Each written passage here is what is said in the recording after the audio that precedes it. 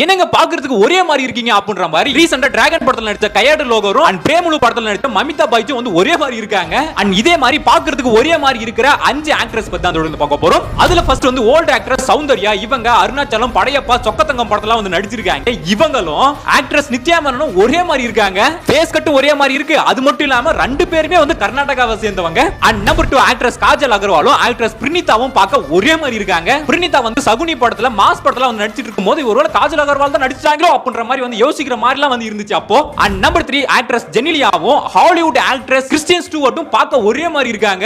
இவங்க வந்து நீங்க வந்து ட்வைலைட் சாகாலையும் அதுக்கப்புறம் அமெரிக்கன் அல்ட்ரா அதுக்கப்புறம் அண்டர் வாட்டர் படத்தெல்லாம் நீங்க வந்து பார்த்திருப்பீங்க. எத்தனை பேருக்கு வந்து ஜெனிலியா பிடிக்கும் அப்படின்றத கவுண்ட் பண்ணுங்க. And number 4 actress Ramya Nambeesan, இவங்க பீட்சா படத்துல சேதுபதி படத்துல வந்து நடிச்சிருக்காங்க. இவங்களும் ஆக்ட்ரஸ் ரம்யாவும் வந்து பாத்தீங்க அப்படின்னா ஒரே மாதிரி இருக்காங்க. இவங்க பொல்லாதவன் படத்துல, குத்து படத்துல, வாரணமாயிரம் படத்துல வந்து நடிச்சிருக்காங்க. பேரும் பாத்தீங்களா ரம்யான் தான் வந்து ஸ்டார்ட் ஆகுது. அண்ட் நம்பர் 5 ஆக்ட்ரஸ் காவேரி, இவங்க வந்து சமுத்திரம் படத்துல வந்து நடிச்சிருப்பாங்க. இவங்களும் ஆக்ட்ரஸ் அர்த்தனாவும் ஒரே மாதிரி இருக்காங்க. இவங்க வந்து சம்ம படத்துலயும் அதுக்கப்புறம் கடைக்குட்டி சிங்கம் படத்துலயும் நடிச்சிருப்பாங்க. இது எத்தனை பேருக்கு வந்து கரெக்டா இருந்துச்சு, மேட்சிங்கா இருந்துச்சா இல்லையா அப்படின்றத கவுண்ட் பண்ணுங்க. கரெக்டா